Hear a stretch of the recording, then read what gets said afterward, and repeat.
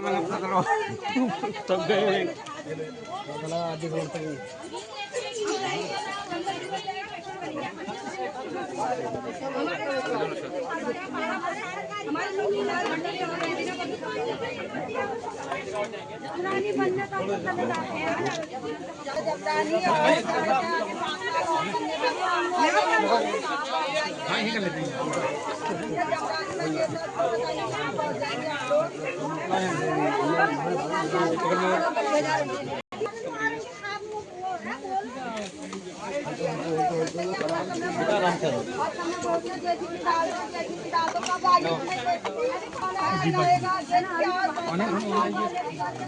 लगातार यहाँ पर जल भराव की जब स्थिति होती है काफी भूकटाव हो जाता है, लेकिन आज तक स्थायी समाधान नहीं हो पाया। लोगों में काफी नाराजगी है। आप यहाँ पहुँचे, किस तरीके से देखा, निरीक्षण किया है और कब तक उम्मीद है इनकी समस्या का समाधान हो सकता है? देखिए, आज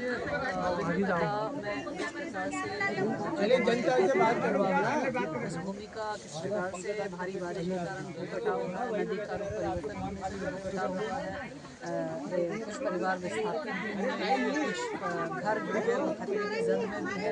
ये सारी चीज़ें जो है आज निरीक्षण भी किया है और लोगों के साथ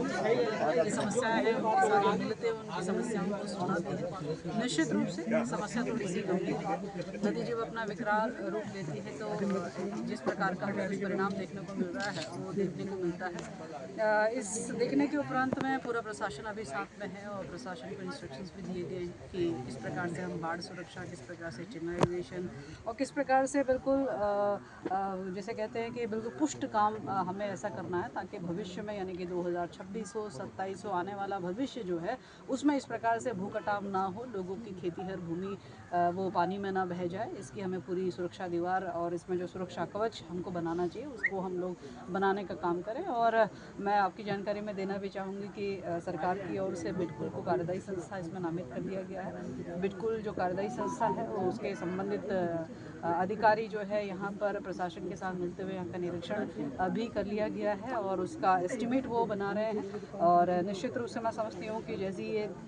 एस्टिमेट या आंकड़न बन के शासन में पहुंचेगा तो स्वयं मैं भी और यहाँ हमारे साथ में आए सभी साथीगण भी, जिसमें हमारे साथ में दीप कोश्यारी जी भी यहाँ पर उपस्थित हैं जो लगातार इस क्षेत्र के लिए चिंतित भी रहते हैं। वे मुझे यहाँ लेकर भी आए हैं। तो मैं समझती हूँ कि उनके भी प्रयास भी रहेंगे और हम भी अपने प्रयासों के साथ में कोशिश करेंगे जल्दी से जल्दी वित्तीय अनुमति मिल जाए और यहाँ पर भू कटाव रोकने के लिए चाहे वो सुरक्षा दीवार बनानी हो, चैनलाइजेशन होना हो या हाथी कॉरिडोर होने के बावजूद भी किस प्रकार से भी हम लोग जो है खतरे को न्यूनतम और शून्यतम कर सकते हैं उस और हमने काम किया। मैम, लोगों का आरोप है कि अक्सर जब मानसून का समय आता है उसी समय नेता आते हैं, निरीक्षण करते हैं, ना ही यहाँ जब भूकटाव होता है उसका ना ही मुआवजा मिल पाता है क्योंकि वन भूमि बता दिया जाता है। तो ऐसी तमाम समस्याएं हैं, उसका समाधान नहीं हो पा रहा है। आखिर मूल वजह क्या है और स्थायी तटबंध, मजबूत तटबंध भी नहीं बन पा रहे हैं। तो हर बार का यही कहना होता है लेकिन समाधान आज तक नहीं होता। देखिए, मैं समझती हूँ कि उत्तराखंड में हम सब लोग रहते हैं तो हम सब लोग जानते हैं कि प्राकृतिक चुनौतियों का हम सब लोग सामना करते हैं और उन चुनौतियों को अब की बार हमने किस प्रकार से मानसून का एक विकराल रूप भी देखा है, चाहे वो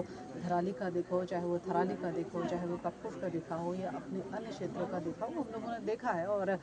निश्चित रूप से इन्हीं चुनौतियों का सामना करते करते हम लोग उन व्यवस्थाओं को दुरुस्त भी करते हुए चलते हैं और हम लोग आगे अपने जीवन को बढ़ाने का काम भी करते हैं और विकास की ओर अग्रसर भी होते हैं। मैं समझती हूँ ये समस्या हमेशा से चुनौती के रूप में हमेशा हमारे बीच में रहती है, पर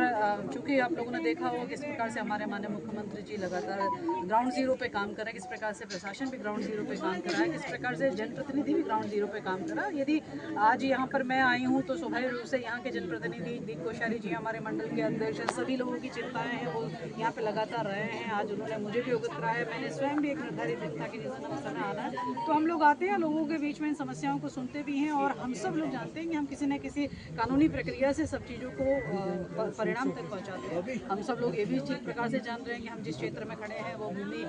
किस रूप में जो है अभिलेखों में अभिलेखित है, ये हम सबको पता है। तो कुछ जो दिक्कतें होती हैं लेकिन फिर भी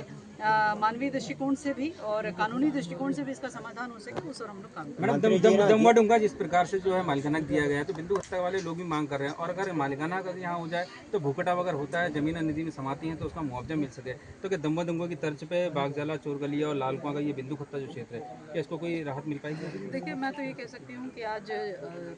दीप कोश्यारी जी के जन्मदिन के अवसर पर जो मंच में आज बिंदु खत्ता की भावना निकल कर आई है कि इसको राजस्व क्षेत्र के रूप में इसका अंकन हो, तो मुझे लगता है कि वो भावना दिवंगता की आ चुकी है, उसकी चिंता